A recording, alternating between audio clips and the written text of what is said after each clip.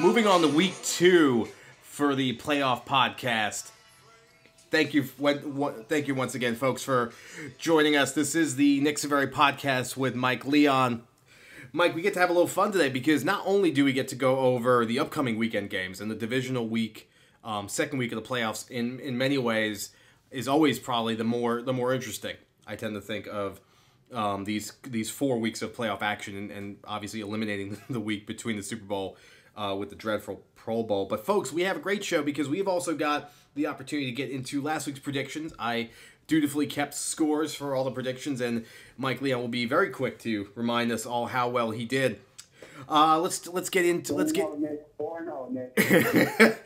So, of course, folks, you can find us. You can find me, NPZ1978, on Twitter, and that's also the YouTube channel, youtube.com/NPZ1978. Michael, the Kid Leon, where can we find you? On Twitter, Nick, at DAKIDLEON. That's the Twitter handle. Folks, and I got to brag right now for a minute. My Twitter's just blowing up. Friend got followed today by Marcellus Wiley. Got followed today. I don't even know how this worked out. Catherine Webb is now following me. I've only heard about this girl. Apparently, she's with AJ McCarron. All right, I'm gonna stop right there. I promised I would. I promised Miss Webb when she followed me, I wouldn't blow her up on the show like that. So that's just wrong. But we will get into the highlight of that game on that abomination on Monday. That really was basically Miss Webb's time to shine and Notre Dame's time to get exposed. Oh no, did he just say that? No, but we'll get into that, folks, a couple segments from now. So Mike, getting into this weekend's games, and folks, as we do this, what we'll do is we'll kind of wrap up last weekend as we talk about the coming week. And like last week, we'll go in order of all 4 games. So we begin our trip this weekend to Denver, one of the toughest places to play, where the Broncos this year, 13-3 this season, riding a unholy 11-game winning streak, hold court against a Baltimore Ravens team that had not a whole heck of a lot of trouble with Indianapolis last week. Mike, the first thing that comes to mind about this game is, once again, it is Ray Lewis in possibly his last playoff game, and getting ahead on predictions, I am going to say it's his last professional game ever against Peyton Manning. So 2 guys who are the best at what they do in a cerebral sense in the NFL. And these guys have had playoff pairings before. I believe this is their 3rd time, meeting up. The Colts have won Peyton Manning specifically has won those last 2 matchups, both of which defensive battles, but the former Colts quarterback coming out on top, going up against soon-to-be Hall of Famer Ray Lewis once he says I'm done, and then fast forward 5 years from now to what is going to probably be, other than John Madden's NFL Hall of Fame speech, the greatest speech you're going to hear in canon ever, coming from Ray Lewis. But before we get there in yellow jackets and all that fun stuff, it's Ray Lewis, Peyton Manning, round 3, and I'm going to kick it over to Mike Leon to talk a little bit about, first off, Mike, assess the Ravens' performance last week in their game against Peyton Manning's former team, Indianapolis, and thoughts on the Ravens side coming into this game against Denver. Well, Nick, I thought last week's game, and we had mentioned on the podcast last week that the Ravens were really going to expose a little bit of the Colts' flaws this year, which is youth. And that's the biggest component to Indianapolis is there's a lot of youth on the team, from Fleener, the tight end, from Stanford, Dwayne Allen, the 3rd-round pick from Clemson, Andrew Luck, who's their 1st-round pick at quarterback. Vic Ballard is another draft pick from Mississippi State. There's a lot of youth on the Colt offense. And if you're a Colt fan, there's a lot of reason for optimism, going into future years. You went 11-5 this year, given all the circumstances with, the coaching staff, and just as early as Sunday's playoff game with Bruce Arians getting hospitalized with an ear infection, which turned out that he was recently released. So everything turned out okay there. But then, the storyline with Pagano going into the game and his battle with cancer. So there was a lot on the Colts' plate, but I thought the Ravens at home defensively got back. Even a shell of Ray Lewis is enough to help them in the linebacking core. When you add Suggs, who's now fully, I wouldn't say fully recovered, but he's pretty much healthy from the from the Achilles injury that he suffered early in the summer, I believe it was, or spring. With Reed back in the secondary, Lewis as well, Nada, Kruger, the D-line up front, Terrence Cody.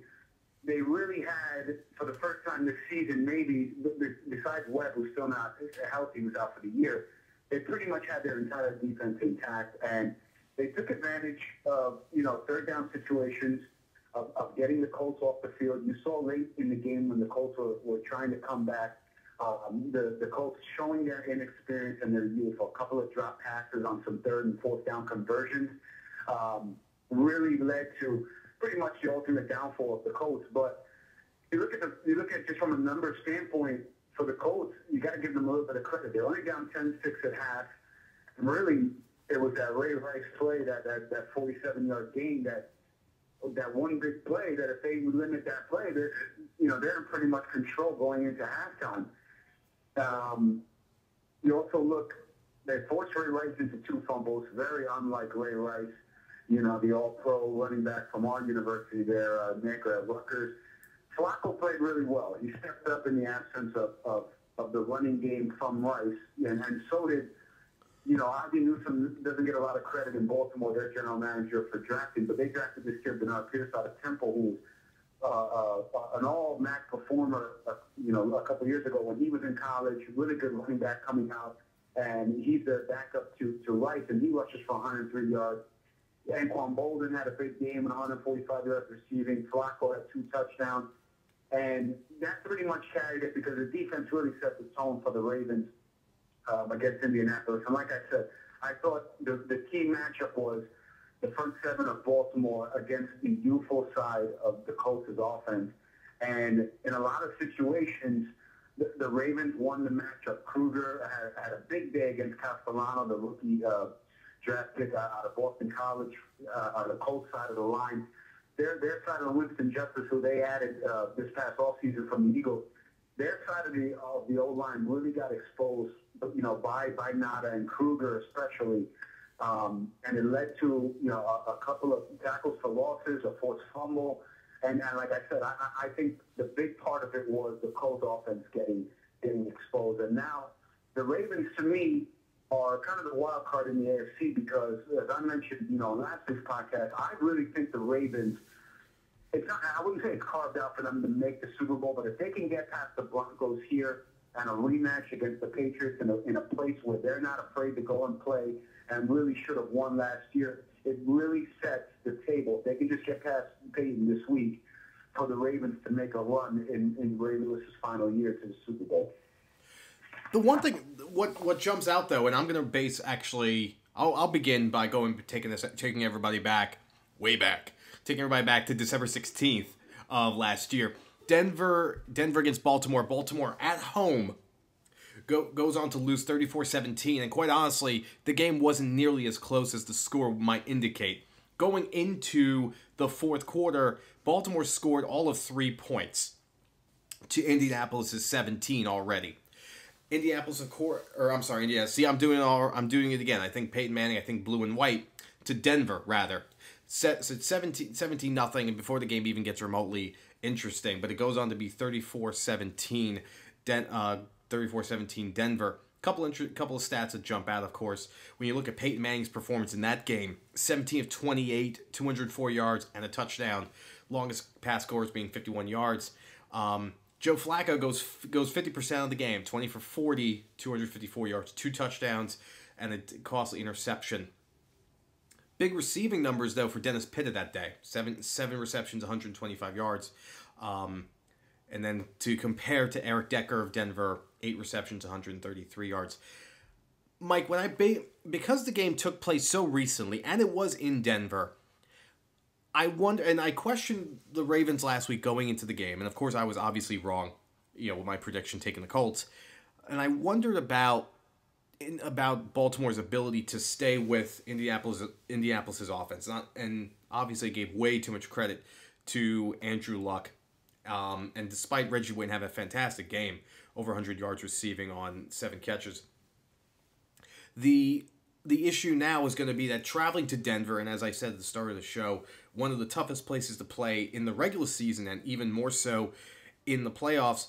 Folks, this is the same Denver that hosted, and I don't even know what they're simply calling it yet, but the Tim Tebow to Demaryius Thomas 80-yard touchdown in overtime to beat the Steelers last year, almost at around a year ago this week, actually. It's a tough place to play, and it's going to get even a lot harder as a Hall of Fame quarterback sits under center for Denver in the form of Peyton Manning. And we talked about before, Manning is 2-0 against Baltimore in the playoffs, and in the regular season, Peyton Manning doesn't lose an awful lot to Ray Lewis's Baltimore team. If Baltimore couldn't get it done in the regular season at home against a hot Denver squad, I have little reason to think that they're going to make any adjustments this coming weekend as well. And while I obviously picked against them with Indianapolis and was extremely wrong, I tend to like my chances with Denver winning this week at home. First, notably, it's a Baltimore defense that, by its scheme, is not all that different than what Peyton Manning is used to. And while Peyton Manning obviously wears a different uniform, the mindset's still the same. And he knows Ray Lewis. He knows that defense extremely well. And I can't see Peyton Manning's game planning changing at all. And suffice to say, this is a team on an 11-game winning streak that at no point in this streak has really been in a game that you can consider, I don't want to say competitive, but a game that seemed it was going back and forth. They had the Raider game a few weeks back on a Thursday night, having difficulties getting into the red zone for some touchdowns, getting about 3 or 4 field goals in a row against Oakland's normally pitiful defense. But for the most part, 11 games in a row Denver has won, not really facing too much competition. And one of those games during that streak, of course, was that come-from-behind win against San Diego, scoring 28 points in the second half. Mike, I think Baltimore's about to walk into the woodshed this time against Denver and Peyton Manning again, and I don't really like their chances at all. And when you look at Denver's offensive stats against Baltimore, 163 yards rushing, 2 touchdowns on 45 rushing attempts, and rushing numbers for Denver have slipped a little bit this year, obviously because your different style of quarterbacks that you're running. And even passing-wise, Peyton Manning extremely efficient, 17 of 28. And you look at Baltimore's rushing that game, 19 attempts at 56 yards, 40 pass attempts. Assuming of the 59 plays that Baltimore ran, if they decide to flip the ratio a little bit and try to run the ball more and try to keep Peyton Manning off the field, what are Baltimore's other chances to possibly make this game a little bit more competitive and possibly stun, I think, everybody? Because I think that game, other than the Houston-New England game, are the two, I think, locks for this weekend. New England probably more so, because I think Houston has much less of a chance than Baltimore does.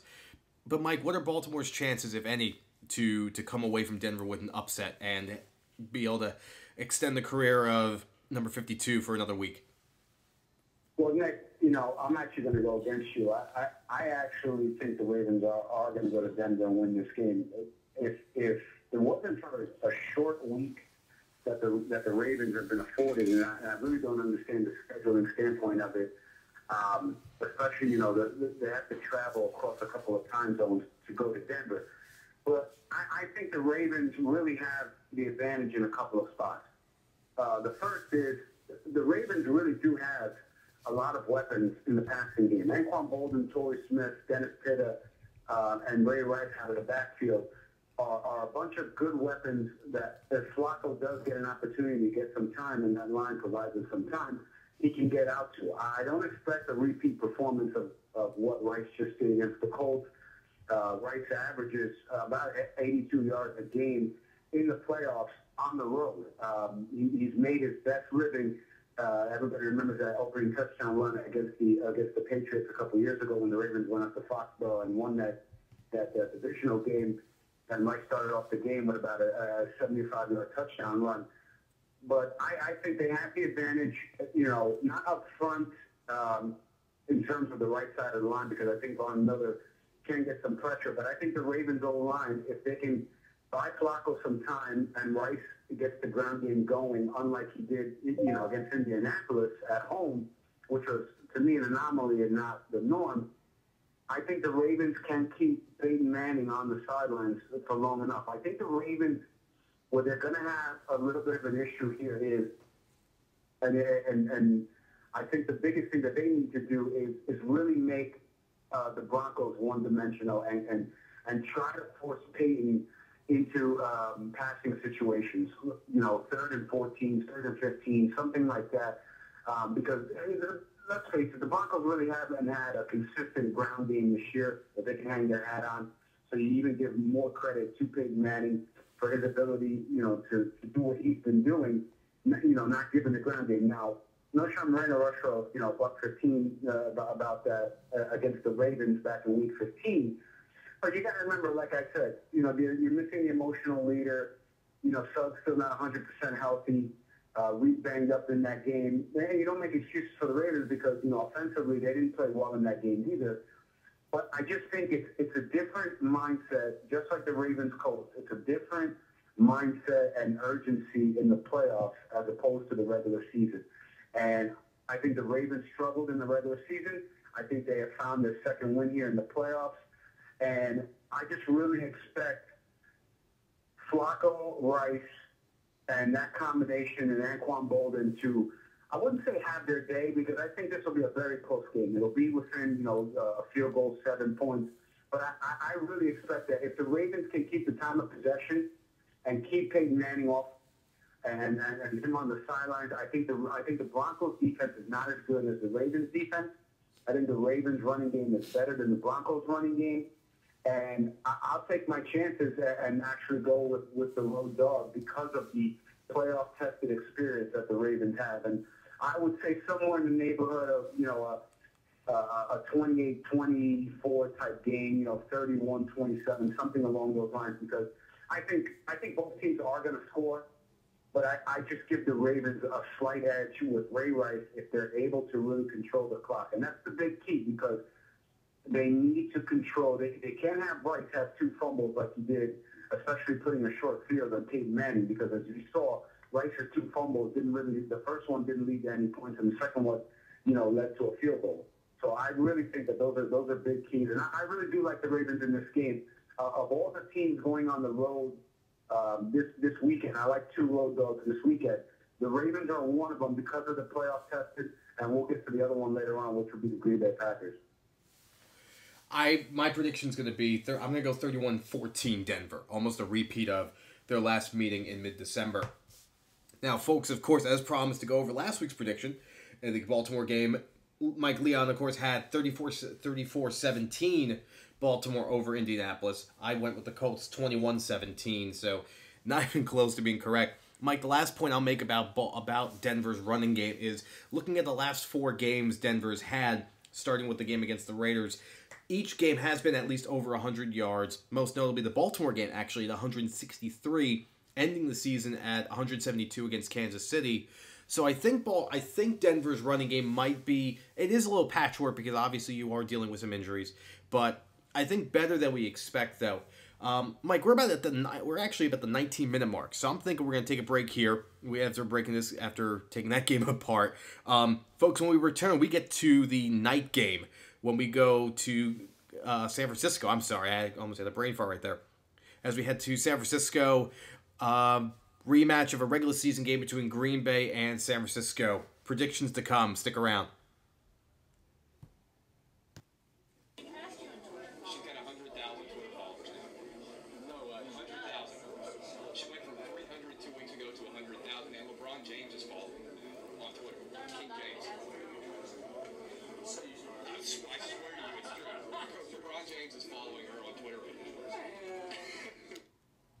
AJ, man, no, AJ, no. Oh, AJ McCarron, man, that's rough, dude. Seriously, Mike Leon, if your girl gets blown up and everyone is aware of her, and LeBron friggin' James finds her on Twitter and sends her a message, what do you do? Do you just tell her don't follow him? Just throw away your phone? What options do you have in that situation? Folks, welcome back to the show. This is the Knicks of Very podcast with Mike Leon, and putting Leon on the spot, talking about having to defend his manhood against the King. Mike, what do you? I'll tell you what, Nick. Having worked for the Heat and seeing some of the girls that LeBron has left tickets for, Adrian McCarron's girl would probably be maybe in the top 5 of some of those girls that he's left tickets for. So it's tough for AJ because not only I don't know how he translates to the next level, but obviously he's dating a very beautiful girl. He just won a national championship, and almost every NBA or NFL player that night is chasing his girl on Twitter. We saw the Darnell Dockett direct message his number to her, and by accident he put it on Twitter. He messaged on the direct message to her. So very funny stuff. And of course, if Brett Musburger had Twitter, he probably would have tweeted her too. Oh, we're gonna get to Brett later. Oh, we're gonna get to America's favorite dirty old man before I get to the age of 60. In plenty years from now, of course, folks. Later on in the show, we've got some good stuff there. Going on to the playoff coverage. Playoff coverage, of course, continues on the show. Mike, we take a flight now. We head from Denver to San Francisco, the warm climate there, where I originally was hoping Peyton Manning would go to in the offseason, staying away from the AFC West, which obviously didn't work out so well.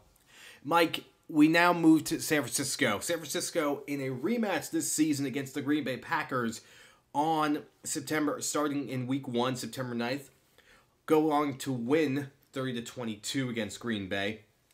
In that game, passing yards for, at the time, now former backup quarterback Alex Smith, 191 yards passing, 186 yards on the ground, courtesy of Frank Gore. Mike, it's a well-balanced offense in San Francisco. And you look at, other than that dud, actually, you know what? They gave up a lot of points in New England, too, in the second half of that game, with 3 in December 16th as well. And that butt whooping courtesy of their division rival, Seattle Seahawks. Mike, the 49ers come into this game on winning 3 of the last 4. Again, now in this situation, I dwelled in the previous segment on a regular season win for Denver, and as Mike attempted to correct me, and he's still failing to do so during the break, about regular season numbers really not meaning a whole lot. In this matchup, I tend to think even more so. Green Bay, of course, coming off of... I say, of course, a lot. I got to work on that. Green Bay coming off a win against a horrible Joe Webb of the Minnesota Vikings. Green Bay in a laugher. And easily probably the second least interesting game of the weekend. Green Bay now heads to San Francisco for a rematch against the 49ers. Mike, take this from the Packers' perspective. You're the road team, just won a wild card matchup against division rival, going up against one of the best defenses in the league. You're Aaron Rodgers. The weather's warm. What are your chances against that 49er defense? Well, I think, and just to gloss back over real quick over what, Rodgers and the Packers did to the Vikings, I think when Christian Ponder was announced that he wasn't going to play in that game, a lot of people said, well, it wouldn't have factored much. And, I tend to disagree because Ponder's a good scrambling quarterback. He has surprised a lot of people this year and threw the ball pretty well, obviously, in the last game against Green Bay in the season finale, which was to get into the playoffs.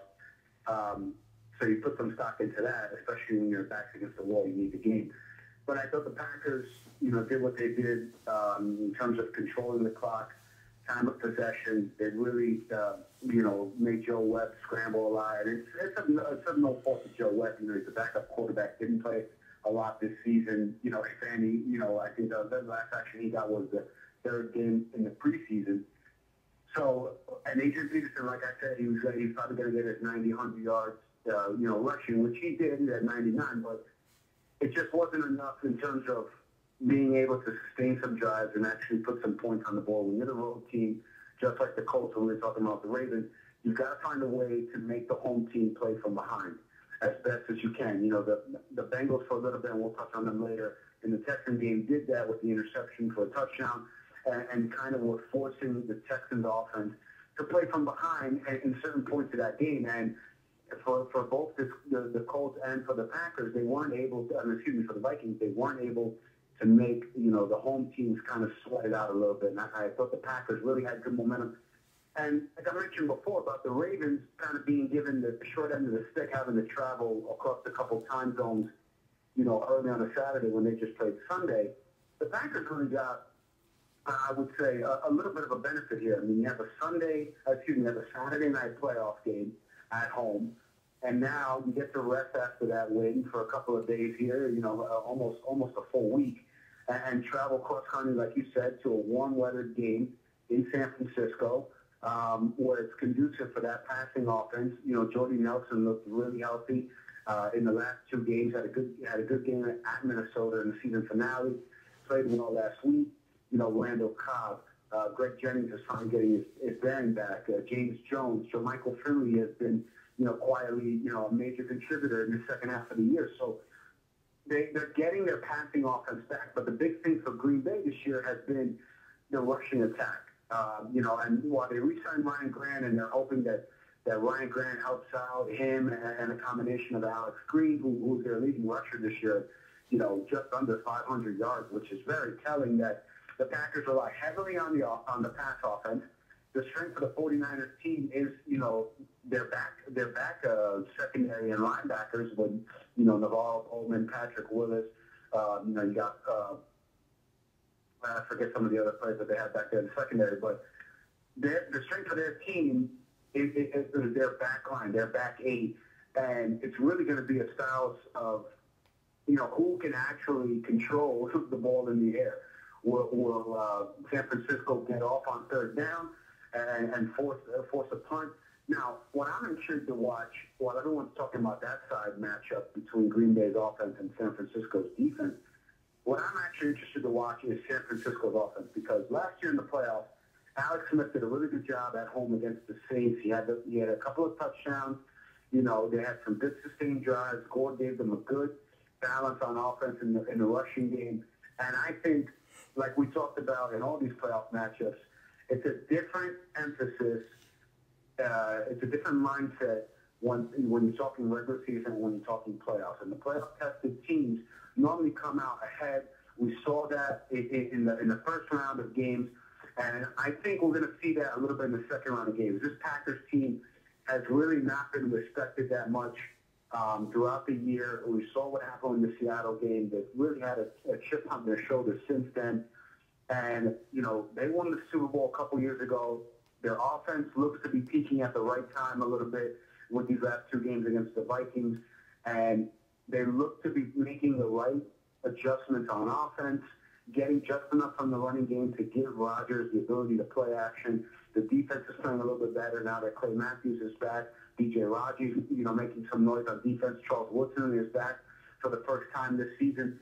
So I really like the Packers in this game because I think on the other side of the ball, the Green Bay defense can limit the San Francisco offense. Unlike last year when New Orleans defense really couldn't get San Francisco off on third down. I think Kaepernick is going to start on Saturday.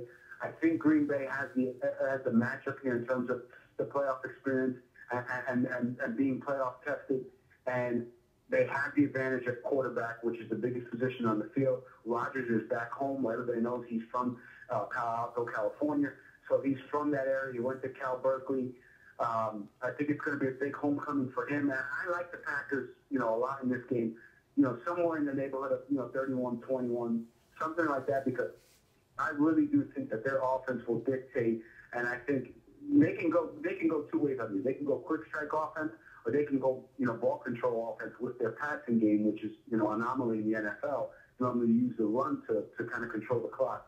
I think the Packers really do favorably match up well in this game, and they move on 31-21 Packers. I'm in agreement too. I take Green Bay 28-17 on this. And one interesting note during the week was, I forgot which the receivers for the Packers was quoted for saying this, but the idea of going to a warm weather area especially for this Green Bay offense, is a very welcomed opportunity coming away from the cold confines of Wisconsin.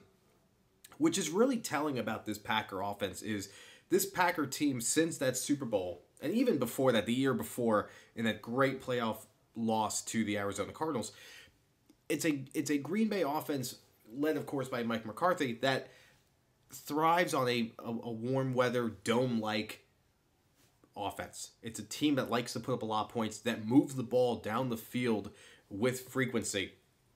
You look at the numbers for Aaron Rodgers, and of course, numbers are a little deceptive because you had quite a few games against some clunkers this year, but it can't be ignored. 67.2% completion, 39 touchdowns to only 8 interceptions, 4,295 yards of passing. Probably you can make a good argument for Peyton Manning, but you can probably make a better argument for Aaron Rodgers having the best year as a quarterback in the NFL, which obviously probably will only get him at best the third spot in the MVP voting. Mike, I'm with you. I think the Packers' passing offense is going to thrive in San Francisco. As we all remember last year when the eventual Super Bowl winning New York Giants went to San Francisco. Close game, obviously an overtime contest, but Eli Manning did have decent amount of opportunities when he wasn't getting knocked on his butt to get the ball down the field. At the time, obviously, with Mario Manningham and Hakeem Nicks. It's a San Francisco defense that their strength lies in their front seven. And the big question is going to be, can the Green Bay offensive line, which has been doing this roughly all year, especially when you have a quarterback that gets over 4,000 yards, can they hold the line long enough for Rodgers to make those kind of throws? And I think the answer is yes. And I tend to think that at least on 4 occasions, the Packers are going to get into the end zone. Probably 4 touchdown passes from Rodgers, actually, to take that win. I like Colin Kaepernick a lot, but it does feel very much that is a superior offense going up against a fantastic defense with an offense that's not going to keep up. And that Saints game with the 49ers last year, Alex Smith, having a great fourth quarter and that last drive to beat the Saints, is indicative of the fact that the Saints really aren't a good defensive team. To note, the Packers' defense this year has actually had noticeable improvement. I mean, defensively, other than those 2 games against Peterson, have done pretty well against the run this year. And fairly decently against the pass, other than that 429 effort against that Drew Brees put up on them back on September 30th. It's a good enough defense. And the Packers' offense is extremely good. So it's a team that with a good enough defense, which is what I'm going to say about them, they have a very good chance to win. And in this case, if it comes back and if it really does come down to quarterback play, it's not even a discussion which side you go. So I tend to take Green Bay the same, taking the road win 28-17. So yeah, Nick, just to piggyback on that, I think if you matched up all 4 units, meaning the Green Bay defense, San Francisco defense, Green Bay offense, San Francisco offense, I think you would rank it. Green Bay offense is 1, San Francisco defense is 2, Green Bay's defense 3, and San Francisco's offense 4. And so I think that's where it lies Green Bay getting the advantage, because I think Green Bay's defense will really make San Francisco's defense one-dimensional, and they'll give up.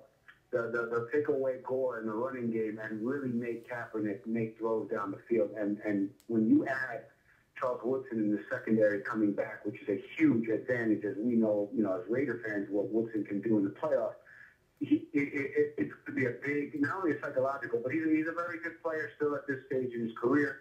And I didn't even mention, Aldon Smith in the pass rush for San Francisco, but I think this quick passing offense, I think McCarthy will adjust and find a way to, get the ball out of Rodgers' hands quick and into the playmaker's hands. And that's part of the reason why I tend to favor the Packers, just like you did.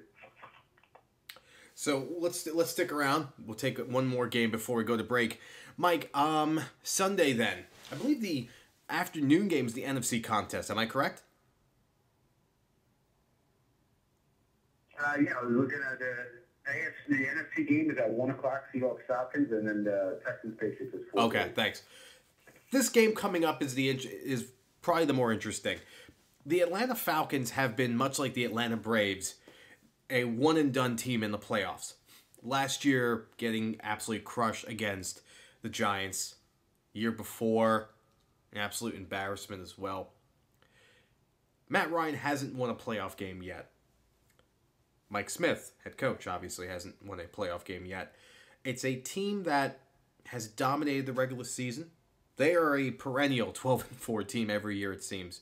And now you're going up against one of, and I hate this phrase, but one of the hottest teams in the league, in the Seattle Seahawks, who seem really just basically hell-bent on securing their spot at the NFC, or as the NFC representative in the Super Bowl. I tend to think we're about to see a rehash of last year. I think Atlanta is nowhere near ready for what they're about to experience.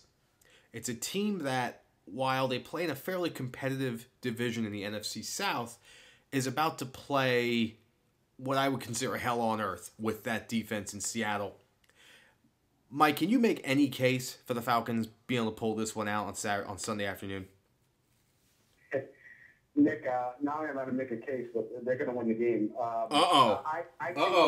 Yeah, I think Atlanta has been hearing a lot, not only this season, but now as we enter, the second season of the NFL, about their playoff struggles at home, their playoff struggles in general.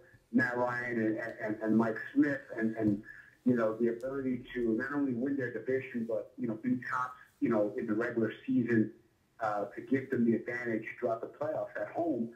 And then they pretty much, poop the bed, for lack of a better term, in the playoffs. And I really do think that, and you have to excuse me, Nick, because I'm a little bit distracted with the Knicks and the Pacers playing here on TV. Well, you got to drop the score. You tell me about the game. What's going on? Yeah, well, right now the Knicks are down 9, and, we can obviously talk about that Carmelo Anthony stuff that happened with Kevin Garnett for another podcast. But anyway, let me not digress. The Falcons this year are 7-1 at home. Now, I told you before the season that regular season stats don't really count for that much, and an example of that is their home record, because we watched that Raider game, Nick. The Raiders should clearly have won that game. They outplayed the Falcons in every way in that game. Then you look, fast forward 8 weeks later, they play the Giants at home in a game they need, and they win 34-0. Or whatever the final score ended up being, but they were up 34-0 at that point. So the Falcons, to me, are intriguing in this regard because of the fact that they've heard so much about their ineptitude in the playoffs. And I think the thing you're discounting, Nick, is this back-to-back East Coast travel for Seattle is not really set up well for them to succeed because, coming across a couple of time zones and you get jet lag, and then you have to play, not only a grueling physical game against Washington on that turf, which, that's been the topic of conversation around D.C. is the condition of that playing field. Then they lose their best pass rusher, Chris Clemens, who tore his ACL. You fly back home to Seattle across 3 time zones, and you get ready for, in essence, almost a short week, because when they play at 1 o'clock kickoff time, it'll really be 10 o'clock West Coast time. And a lot of the Seattle players mentioned going up into the Washington game that they really liked that the game was at 4:30 because it kind of gave them that home feel of they can do their normal routine in the morning and they're getting prepared for a 1 o'clock game mentally. Now, a lot of the players have mentioned that this is not something that I'm making up. It's something that they've mentioned about as to how they prepare when they go from West Coast to East Coast and how that helps them. So I think the traveling twice back to the Eastern time zone, losing your best pass rusher, and a Falcons team that is really licking the chops at their first opportunity to kind of hush the critics, because here they are, home, favored against a team traveling from the West Coast. They've got the experienced quarterback in Matt Ryan. They've got the better passing offense for Julio Jones and Roddy White and Tony Gonzalez, and what he has announced will probably be his last go-around in the NFL. I think a lot of things factor into why the Falcons can win this game. I think the Seahawks O-line is very good and can neutralize their pass rush. Bray Edwards and Johnny Abraham up front. But I think where they're going to get into a little bit of trouble is the Falcons secondary is a little bit better this year with Asante Samuel, with the cloud back there. I think that they're going to play very well and give Russell Wilson, who's a rookie quarterback, some different looks that he hasn't seen before. Russell Wilson's been very good this year at extending the plays, and I think he'll keep them in it. And I think the Seahawks will even have a lead at one point in this game. But I think that the Falcons, like I said, the motivational factor of just getting over that hump and getting to that conference game and knowing that you're 2 games away from reaching your goal, which is the Super Bowl. I think they win this one. I don't think they win next week. I think they win this one. And I like the Falcons, 28-21 against the Seahawks. I'll take Seattle 21-14. On the road this year, some tough games. It's a team that Seattle historically has always been known for really capitalizing on having a fantastic home base. It's the equivalent of Utah in the NBA. It's that hard to play in. But tough wins against Chicago, a blowout in Buffalo, coming off a home win against Arizona, and you have that west to east travel to factor in. A huge win against San Francisco, obviously at home, and the only credence I'm going to give to your argument is rooted in the fact that had Robert Griffin III not been injured in that game, it's a safe bet the Redskins win last Sunday. That being said, I don't know if it's necessarily so much about Atlanta's past playoff failures, but I do point to that a little bit historically because I feel Atlanta is starting to seem a little too much like the San Diego Chargers, where great performance in division, but it just fizzles out in the playoffs because you're playing a much better caliber team. You're absolutely right for the 13-3 Falcons. It's a much improved defense. The pairing of Julio Jones and Roddy White is the best tandem in the NFL, and it's going to be an absolute fist fight at the line of scrimmage, going up against those great corners in Seattle or at home against Seattle. And by all means, it looks like a pretty even game. But I think the one thing to take notice of is going to be Marshawn Lynch. Atlanta's performance against the run this year, solid effort, but not necessarily the best in the league.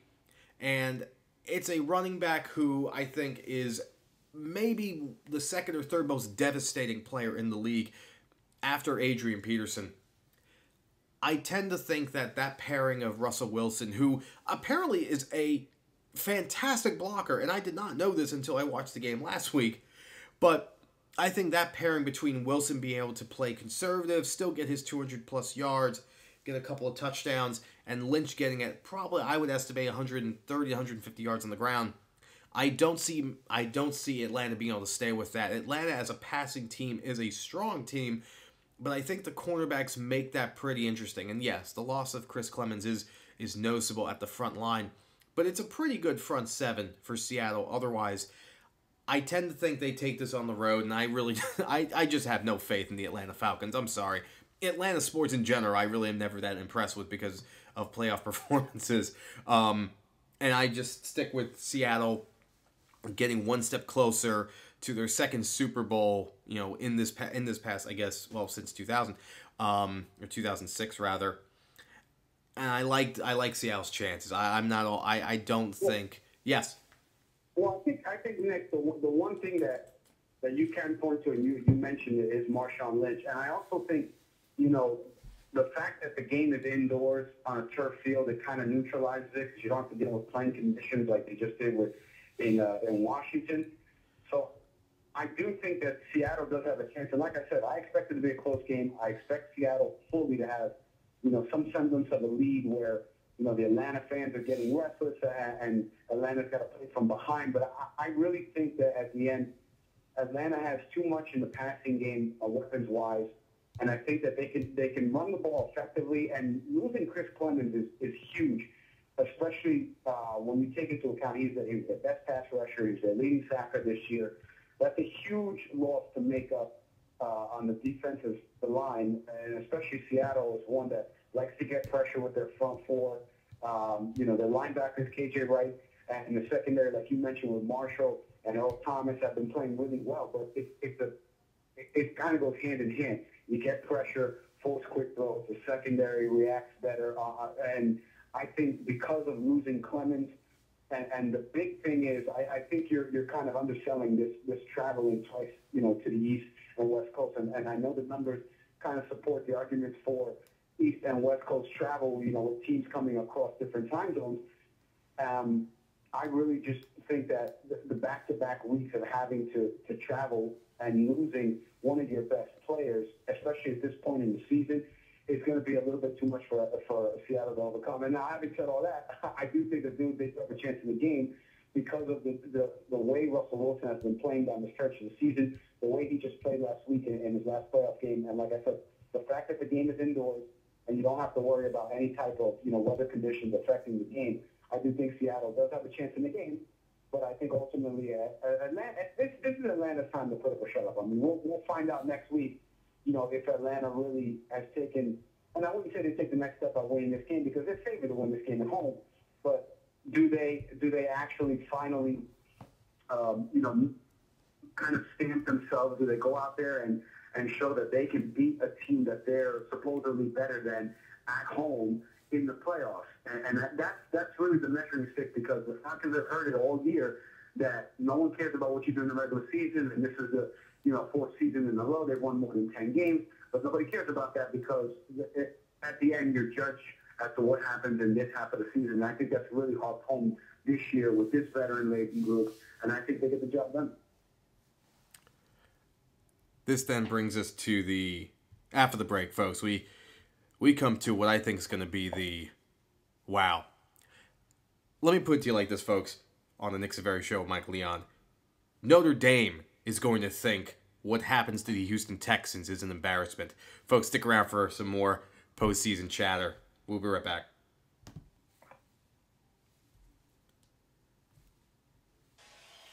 When you're a quarterback at Alabama, no, Brent, don't do this.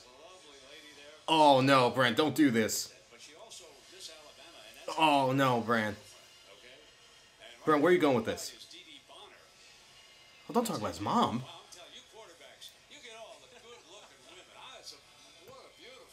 Oh, Lord, no. So if you're a youngster at Alabama, start getting the football out and throw it around the backyard with Pop. Oh, Brent, you're out of your mind. I think that's where Brent turns to creepy. What's that? Folks, thanks for joining us. It's not Brent Musburger. That was obviously a clip courtesy of ESPN. I'm Nick Saveri. Last time I checked, this is Mike Leon. Mike, what were you just saying? I'm sorry, I just cut you off. Nah, it's just that part is where Brent kind of turned a little bit creepy there with the telling all Alabama kids to go throw football in the backyard. Like, what are you thinking? Like, what are you doing with that? I don't get that. It just where are you at this point? And it was funny because as much, folks, I apologize. We're not going to get into this because this is easily the best story of Monday night because the game obviously wasn't. But you know what? Before we get to the blowout in the BCS, Mike Leon, let's talk about the blowout in Foxborough Sunday afternoon. I don't know who scheduled this game, who in the NFL thought it was a good idea for 4 o'clock on Sunday, which it's tough to say which game is going to where Americans or viewers are more likely Saturday night or Sunday. I still think Saturday night is always a tough time for television programming. That's why you play a Super Bowl on a Sunday. And I tend to think Sunday afternoon at 4 o'clock, you have the nation's attention. But for some reason, I have an explanation, ladies and gentlemen. I have an explanation, absolutely. It's the Patriots. It's the Patriots. Of course you're going to give them the extra time. You're going to give them the last possible time. Mike, I'm surprised this game isn't getting played Monday at 8 o'clock to give Belichick and Brady that much time to get ready for the Houston Texans. I know, folks, I'm a conspiracy theorist, but I can't. Even seeing Goodell, wow, I'm going to tear off on this one. Even seeing Ray Lewis hug Goodell, I really hope when Ray had his arms wrapped in that brotherly hug that only Ray Lewis can offer, that he really whispered in Goodell's ear, "Really, dude? Really? 4 games in 17 days? I have a torn tricep because of you. How badly do you want to see Tom Brady and Giselle in the Super Bowl again, only to watch Welker drop another pass?" Oh, he went there. This is disgusting. How do you not put the Packers on Sunday afternoon in San Francisco? Maybe the best matchup of the day. I mean, the Baltimore game has the sexy factor because you got the Peyton Manning, Ray Lewis thing, okay? And it might be Ray Lewis's last game. I get that. But clearly, the game that should have been scheduled 4 o'clock on a Sunday, because I'll argue again, 4 o'clock Sunday is still better than 8 o'clock Saturday night, is Green Bay at San Francisco. Mike, can you make any justification for why the league would put the biggest beatdown on Sunday at 4 o'clock? Yeah, I'm going to piggyback on a couple points and then disagree with you with a couple things. The first thing is... I'm going to listen to your argument and then I'm going to take you apart right now. Go for it. Yeah, okay. I got to take it in, dissect it, and then I've got to, make my diagnosis. But the first thing is that, the league had an interesting situation because you've got a couple of games that are being played across a couple of time zones, with the Denver-Baltimore game in the Mountain Time Zone, the San Francisco-Green Bay in the Western Time Zone. So clearly, the Patriots-Texans game should have been at 4:30 on Saturday. The Texans had just played on Saturday. How much more rest does Belichick and Brady really need after a bye week? Like you just said, they would have had 13 days off. Not nearly enough. Not nearly enough.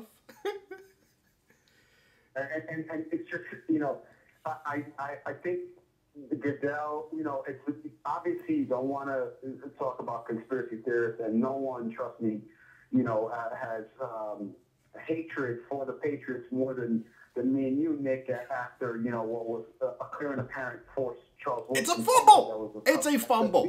Oh my God, it's a fumble. Yeah. A clear fumble, and Walt Coleman, later on said that misapplied the rule, which, later the league said wasn't misapplied, but was a rule. So I think moving away from that, I think that the league subconsciously tends to favor the Patriots, and this is just another example, with the scheduling, how they tend to favor them. It happens. Parents sometimes favor one kid over the other subconsciously, and, you love all your kids equally, but we all know that's not the case. Some kids are favored, some kids are not. And that's the way it happens to work here in the NFL with what the preferential treatment that the Patriots are getting. Now, what I will say is this, I don't think this is as big a blowout as you're going to make it. And I think history tends to point to that with the Patriots the last, 8 years or so in the playoffs. And we could just recently look to what they did to the Jets 3 years ago in the playoffs and how they dismantled them in that Monday night game, 45-3.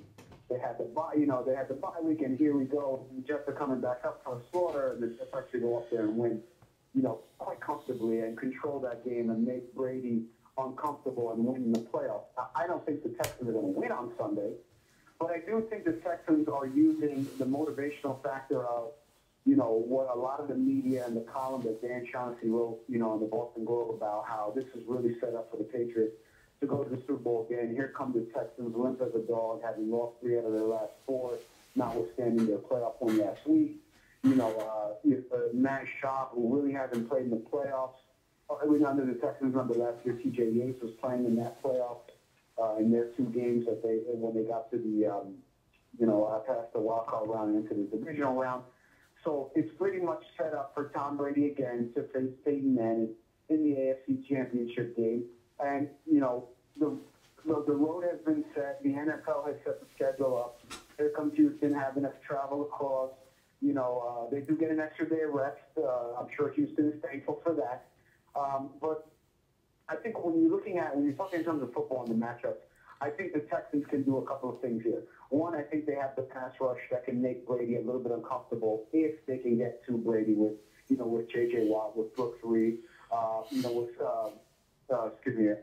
always forget the Cincinnati, from the University of Cincinnati defensive end, Connor Baldwin, that's it, who they can get to Brady, and we all know what Brady does when he gets a little bit uncomfortable and happy feet, and we've seen it especially in the playoffs, what happens when he gets uncomfortable in the pocket.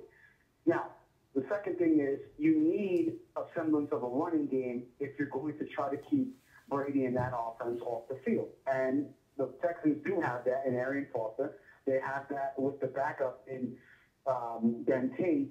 And I think when you factor in those two really good running backs, they can actually make, Brady sit on the sidelines and wait for his turn, to quote unquote. The third part of it is the special teams aspect of it. The Patriots have not been very good this year on special teams. And that's a very untalked about the key with them. I think Gostkowski has been a little bit inconsistent in the kicking game. I think Shane Graham is a little bit better. Having said all of that, I fully expect the Patriots from start to finish to lead in this game because of their passing offense, their ability to put points on the board, the health of Gronkowski and Hernandez now being back and both being reliable, and the experience of Brady and that O-line. I think that the Texans will dominate in time of possession, but I think the Patriots will score quicker on offense. I like the Patriots to win in this game, a closer game than you're making it out to be, but I think somewhere in the neighborhood of 35-21, and I think the Patriots will advance the following week, and they're going to host the AFC Championship game because, like I said, but so I think it's all, like I said, it's all setting up for the Patriots again to not only win this game but host the AFC Championship game the following week, according to my predictions against the Ravens. It's a nice thought. It's a wrong one, but because New England's taking a flight to Denver, and for the second time since the 2006 AFC title game, which was honestly, if I can't even one day, folks, on the podcast, I'll describe to you the joy I had in watching Peyton Manning take that New England defense apart when they hosted against New England in 2006. But one day I will share that with you. But before I get ahead to the eventual flight that New England will be getting onto, heading to Mile High Stadium. Actually, no longer. It's now Invesco, isn't it? Or did they change it? It's Invesco. It's Invesco. Of course, everything's Invesco. It's MetLife. It's Invesco. It's Coca-Cola. It's whatever. So, but before we get there, the one thing I'll give the Houston Texans any shot with New England is the fact that New England at home in the playoffs isn't necessarily a lock. Basically, Billy Cundiff pretty much paved the way for the Patriots to get to a Super Bowl last year, blowing about a 20-yard field goal after Lee Evans basically had the hands of our friend Matt Vetter. Sorry, Matt. Giving away a touchdown catch last year in that AFC title game. New England at home isn't a lock in the sense that they're a good team, but it's not Seattle, and it's not an environment that the Texans cannot win in. Difficult, and as a dome team coming out to New England, but it's not the home crowd that Houston's got to worry about. It's basically the Patriots. Again, obviously, folks, we know Mike Leon's feelings about regular season matchups, so I won't get too far into talking about the Monday night blowout, New England 42, Houston 14. What I will say about Houston is the two things that do come to mind is Andre Johnson and the pass rush. New England's pass defense has shown a little improvement over last year, so it's quite possible that number 80 could have a game not quite as good as Anquan Bolden last Sunday, but possibly comparable. And a pass rush from Houston that you could make a good case was one of the best in the league this year, led by J.J. Watt, could make this interesting in New England. Mike, the only way I could see Houston keeping this, possibly, if at all possible, of stealing this game, would have to be the pass rush against Tom Brady. Tom Brady has shown, for everyone who seems to be very big on anointing Tom Brady the next Joe Montana in the league, I think we all forget that Joe Montana, unlike Tom Brady, can handle a pass rush. Tom Brady under pressure does not impress me. And if Houston's able to get anything remotely similar to pressure, or anything remotely resembling pressure, Tom Brady's not having that great a game. And we saw this last year in the AFC title game. And again, that was simply given away by a blown kick by Billy Cundiff. Tom Brady under pressure is not a very accurate passer. This is not a player who throws well on the run or off his back foot. This is not John Elway by any stretch of the imagination.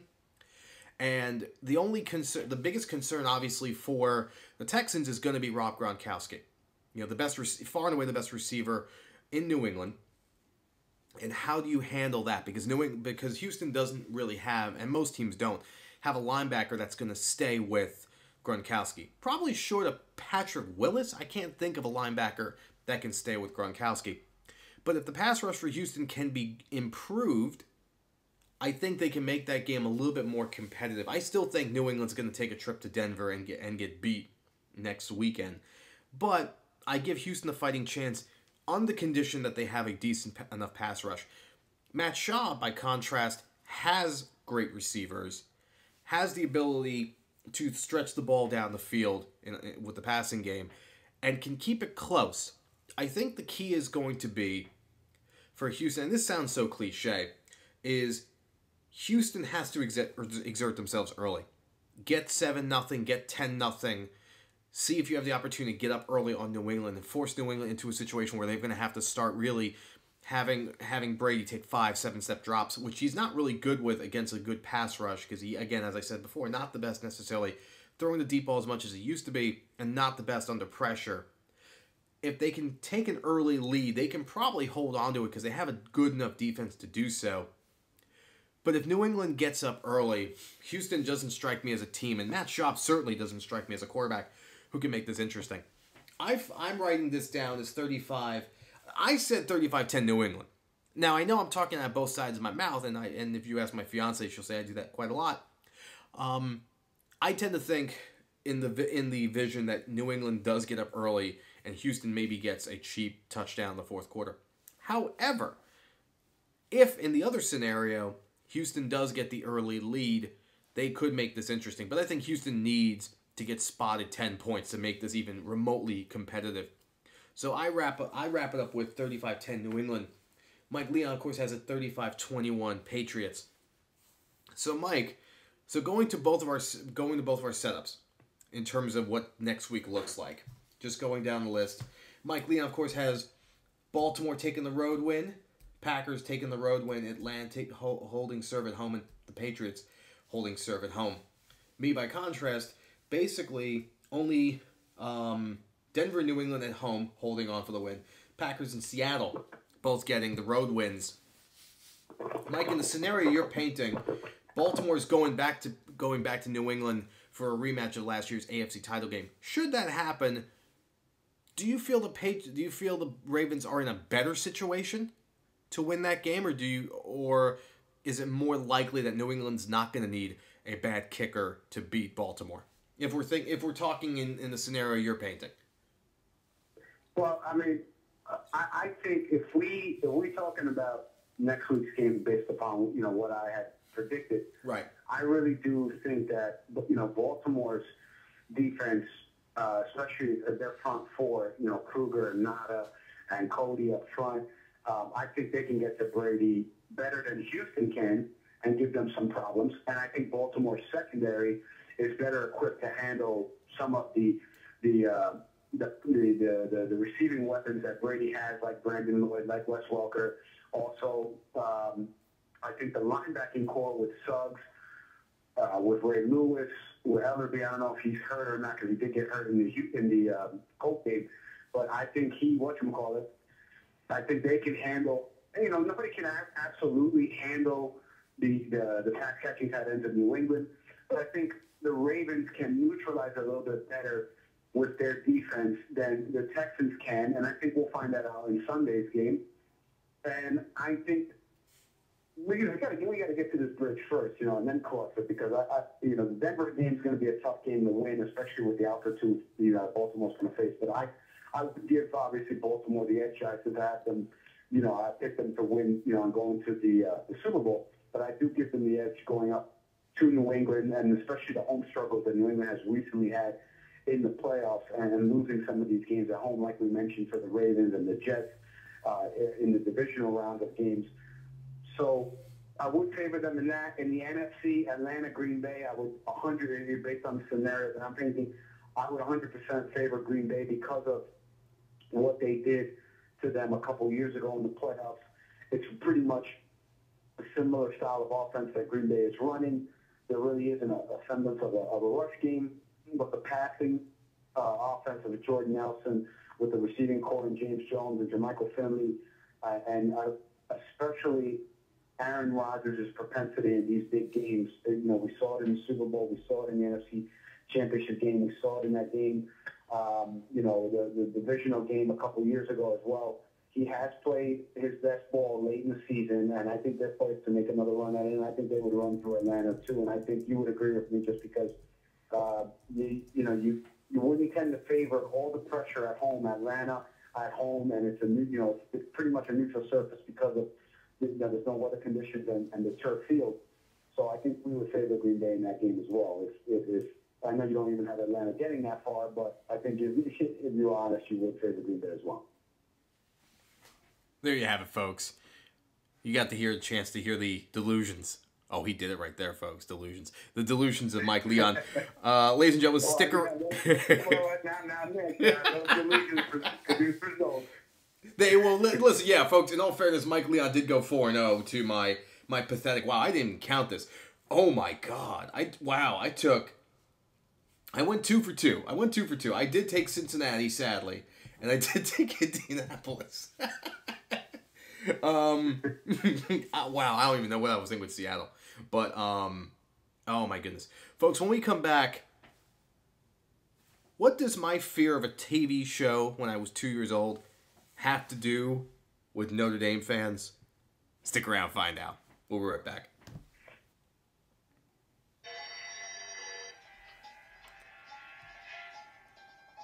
Dr. David Banner, physician, scientist, searching for a way to tap into the hidden strengths that all humans have. Then an accidental overdose of gamma radiation interacts with his unique body chemistry. And now when David Banner grows angry or outraged, a startling metamorphosis occurs.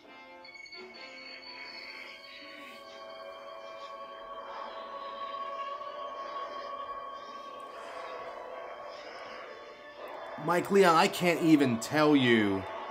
The creature is driven by rage and pursued by an investigative reporter.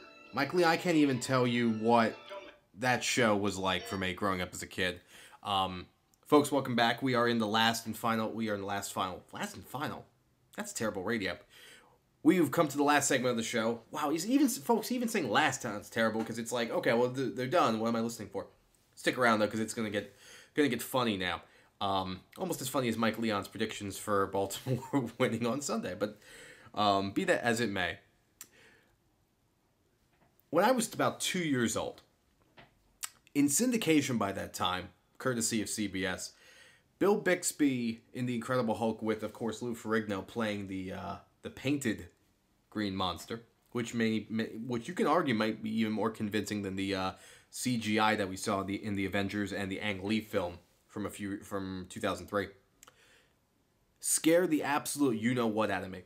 The story, as I hear it from my parents, was when the show would come on, I would know it by the theme, but as soon as I saw Ferrigno on the screen, I would run behind the couch and kind of stick my head out a little bit in the hopes that eventually David Banner, side note, nerdy note, by the way, it's really Bruce Banner, was called David on the show because apparently Bruce seemed a little effeminate, which I didn't understand because of Bruce Wayne, but that's neither here nor there, and that's more nerd speak for perhaps a future podcast that I'll get into. Anyway, so in the hopes that Bill Bixby's character would return to the screen and the Green Monster would go away. So that's me at 2 years old, just hiding behind a couch. Imagine this, folks. Little 2-year-old me, still with the gray hair, by the way. Peering my eyes over the couch, hoping that things get better. Folks, Monday night at around, I'm going to say, at around 8, At around 8:30, no, actually maybe like 8:45. At around 8:45, millions of Americans had the exact same feeling I did. The difference was that the green monster that I was afraid of at 2 years old went away. The green monster that the fans of Notre Dame was hoping would show up didn't even come to begin with. Thank you for rejoining the show. This is the Knicks Very Podcast with Mike Leon. Mike, how fast did you turn that game off on Monday? Well, if we get any listeners left, Nick, after that story. Wow. Okay, fair enough.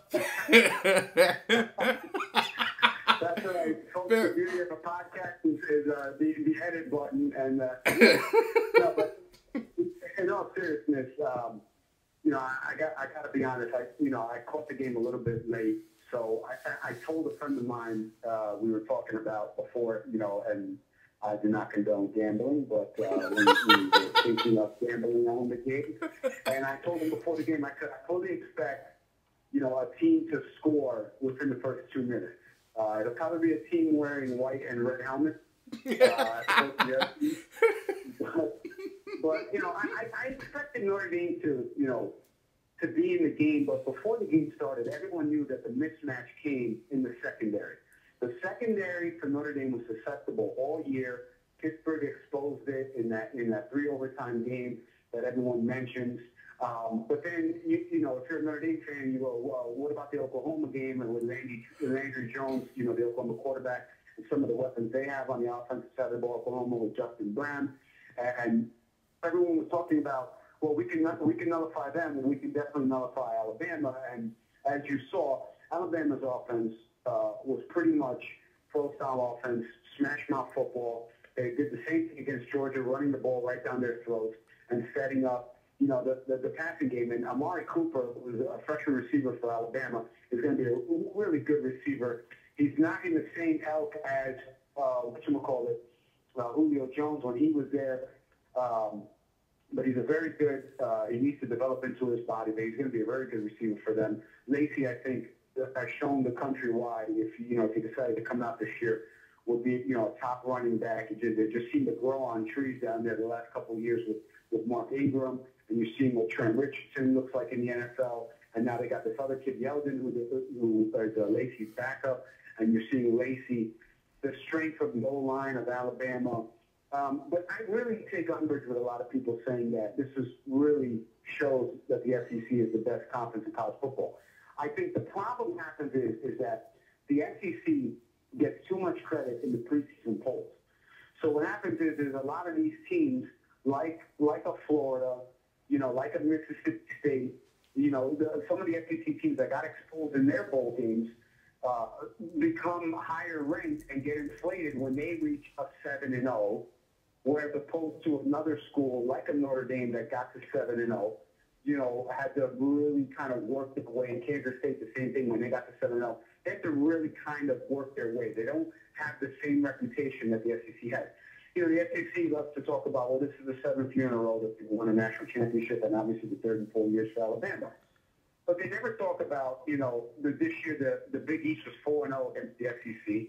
When you had wins of Rutgers winning at preseason top 10 Arkansas, Syracuse winning at Missouri. You had Louisville completely embarrassing Florida in the Sugar Bowl in front of a national audience.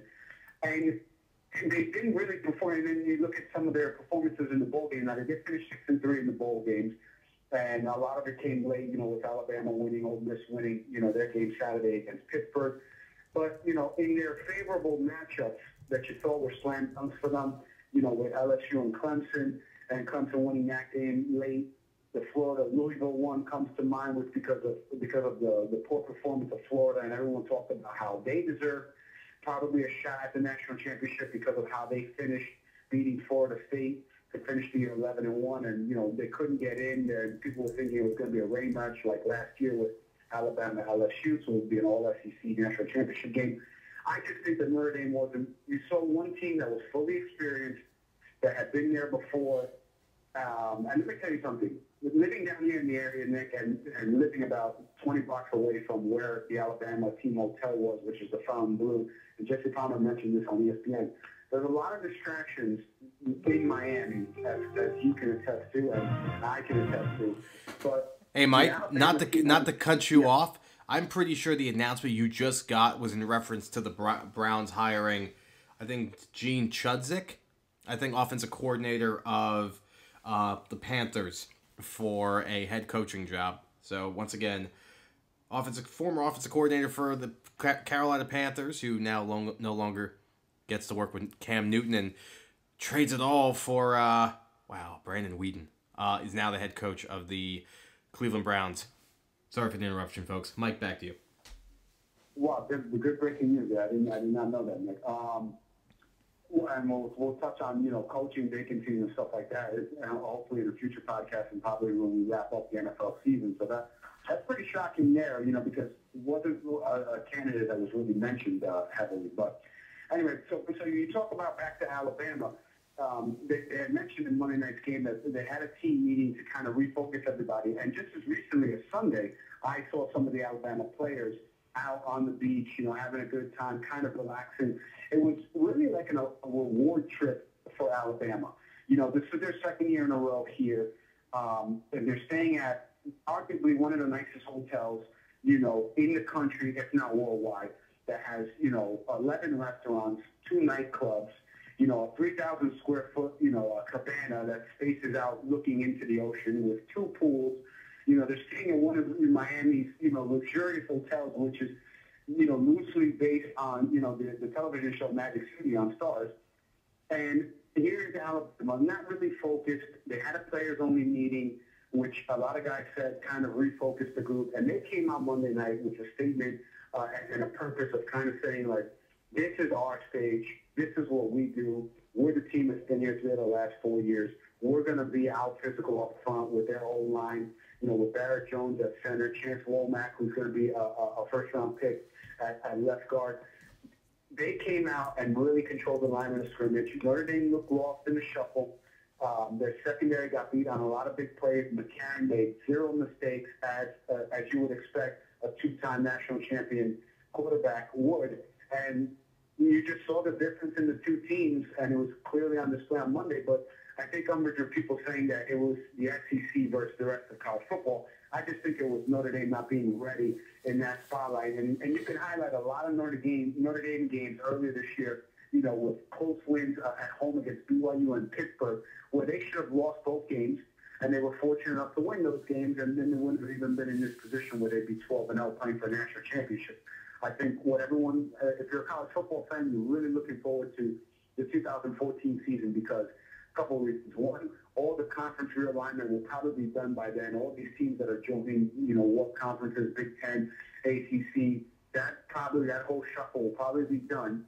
And you'll have these mega teams, and then you'll have the 14 playoff, where a game like Monday night would be the first round game, and the other, the semifinal, and the other semifinal would have been Oregon, Kansas State, and then you would have the true national championship with Alabama and Oregon State.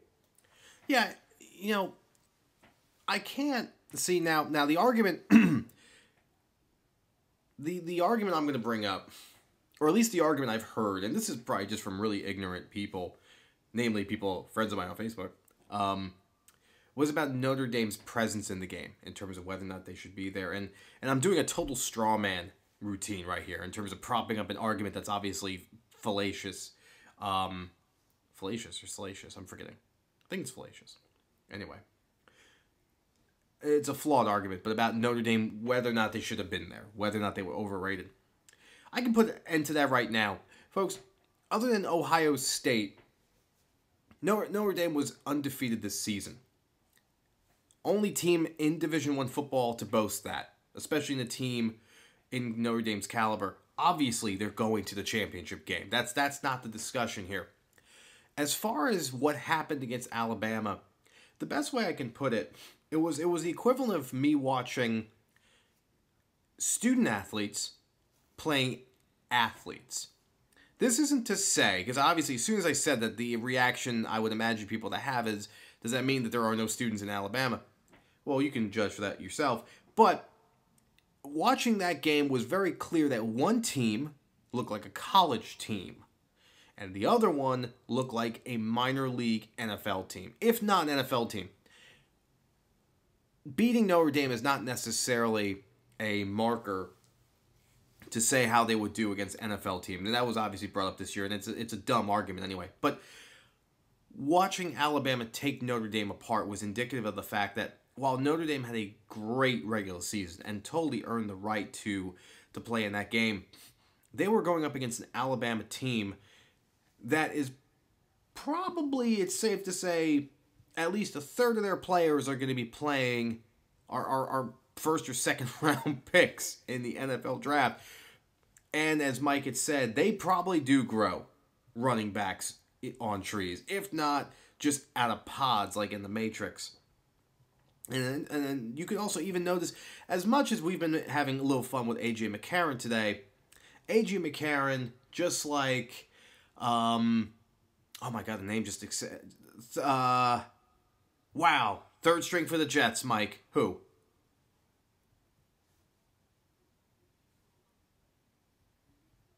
I'm sorry, third string for the Jets, excuse me, Greg McElroy. wow, man, you totally let me know. McElroy. Yeah. A.J. McCarron totally, Mike, what are you doing?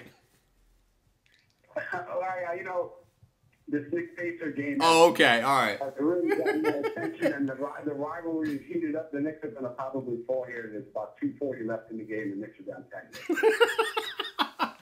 But McElroy, like McCarron, it's all good, man. I forgot where the hell I was going with this, but basically. Well,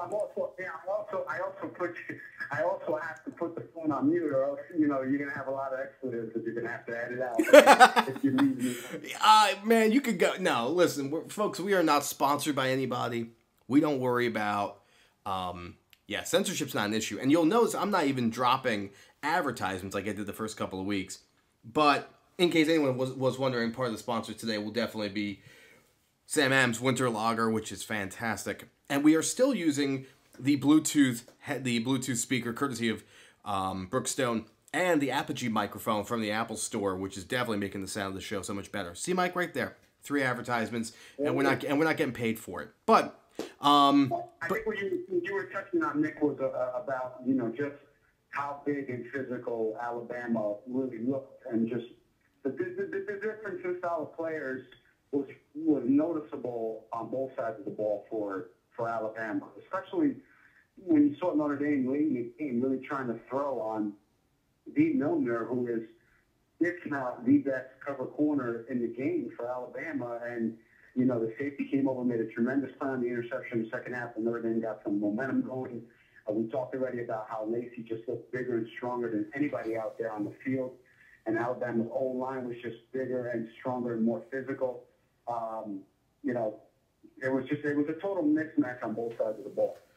Yeah, the physicality is one thing, but even the quarterback play. The quarterbacks for Alabama, at this point, they're basically putting serviceable quarterbacks. That is clearly a team that runs the ball, brings on fantastic talent at the running back position, and builds an offensive line that is NFL caliber. And unfortunately, for as great a season Notre Dame's defense has had, they clearly didn't go up against a team with the physical status of Alabama. And it was just evident in watching the way that game got taken apart and the way that the Crimson Tide won. So clearly the difference in physicality obviously is why Notre Dame got just demolished the way they did. Mike, the next question then comes to the head coach for Alabama. 4 championships. Prospects galore in the NFL if he ever needs one. Where does Alabama go from here? Where does Nick Saban go from here? Nick, there really isn't anywhere else for Nick Saban to go. Obviously he's been in the NFL and his time in Miami was short-lived.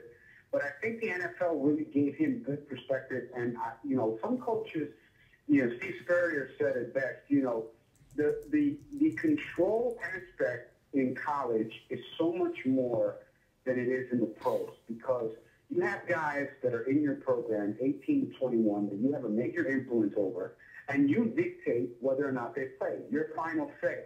And, the coaches in college have all the say. If a player doesn't like a coach, he has an option. He can transfer. But then he's got to sit out a year unless he goes to a lower division, which will probably decrease his draft stock if he's going to do that.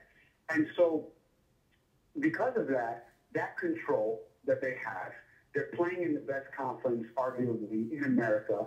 And, like you just said, stockpiling, first round, second round draft picks year in, year out.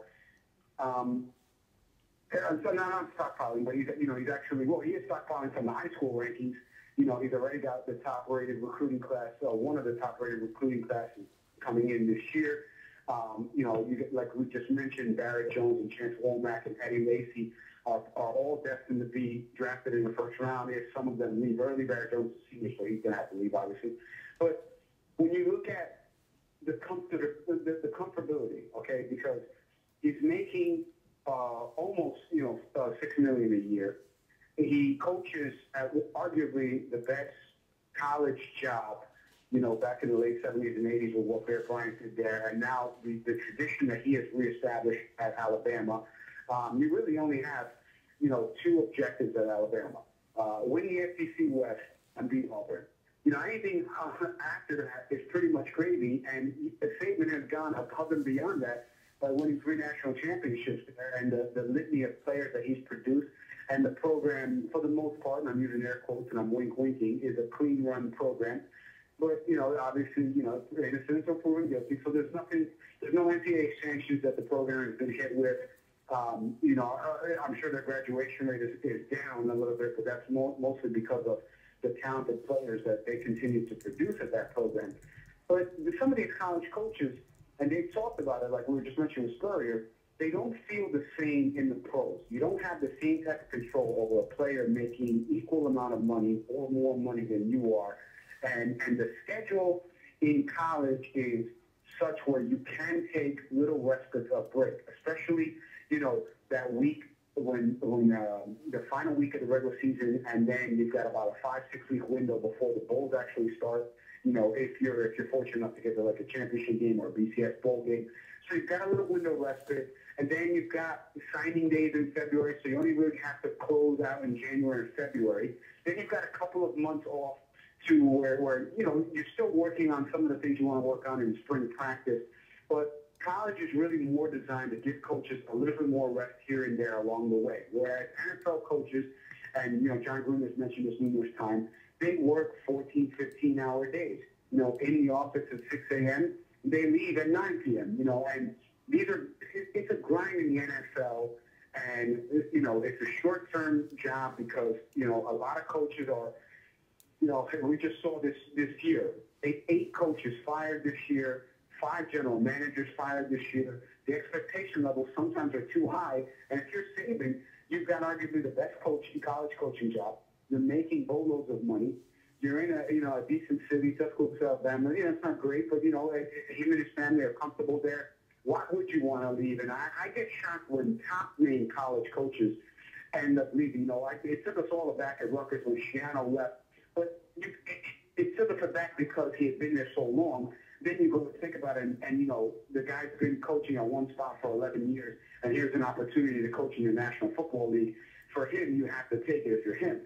But for some of these other guys, like the Brian Kellys of the world and the Nick Sabans, why would you take it? And I think that's the big thing going forward. I think that, there is no sky's the limit because Nick Saban's already at the sky, with the national championships and whatnot. And I think that he's not going to go anywhere. He's already said he's not interested in any jobs. Chip Kelly, you saw at Oregon, is coming back to Oregon. Some of these guys, they really have it made, and they're the final authority and say at their respective colleges and their programs, and they run it the way they want to run it, and it's not that same way in the NFL. You've got bosses to answer to, whether it be a general manager or the team president or the director of, player operations. There's a lot of different moving pieces and longer working hours in the National Football League than there is in college, and I think that's a big reason why you'll see Saban stay.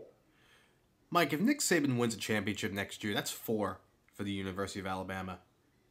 How much closer does he get to possibly replacing Bear Bryant as the most successful coach in Alabama school history? Well, it's funny.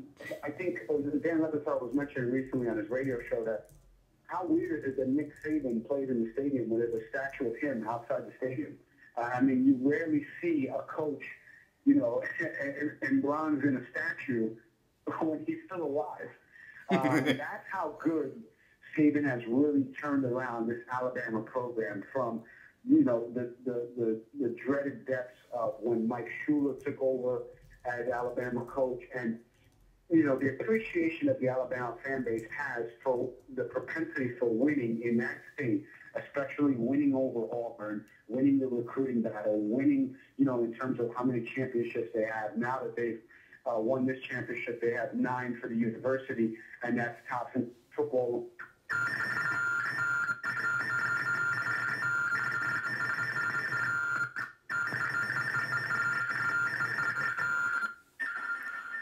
I think getting a little interference over that way. Let's see what's going on that end. We're going to try to get Mike Leon back momentarily. But to Mike's point about Saban and the statues, especially compelling because you've got in a coach the ability to... God, that sound is so horrible. You've got in the coach in Saban... Yes, essentially the living legend. I mean, you're talking about a person who's going to have that ability to coach in the shadow of his own statue. Another college championship for Alabama under this coach is probably going to secure the Saban to win easily, to easily win over the hearts of Alabama fans, to the point where pretty soon the fedora or whatever hat Bear Bryant wears is going to get quickly replaced by the nice hair that sits on the head of Nick Saban. Folks, that's going to be... We're going to come to the wrap-up of our show today. Thank you again to Mike Leon and all the great information, folks. Follow us on Twitter, NPZ1978. You can still follow Mike Leon at The Kid Leon, DAKIDLEON, at Twitter. And, of course, the show will be quickly posted up on our YouTube channel, youtube.com/NPZ1978. And going along with the theme of the night, we have to end with our friend, AJ McCarron. She's got 100,000 Twitter followers now. No way. 100,000. She went from 300 2 weeks ago to 100,000, and LeBron James is following on Twitter. King James. I swear to you, it's true. LeBron James is following her on Twitter right now. I'm gonna tweet him. I'm gonna get a follow.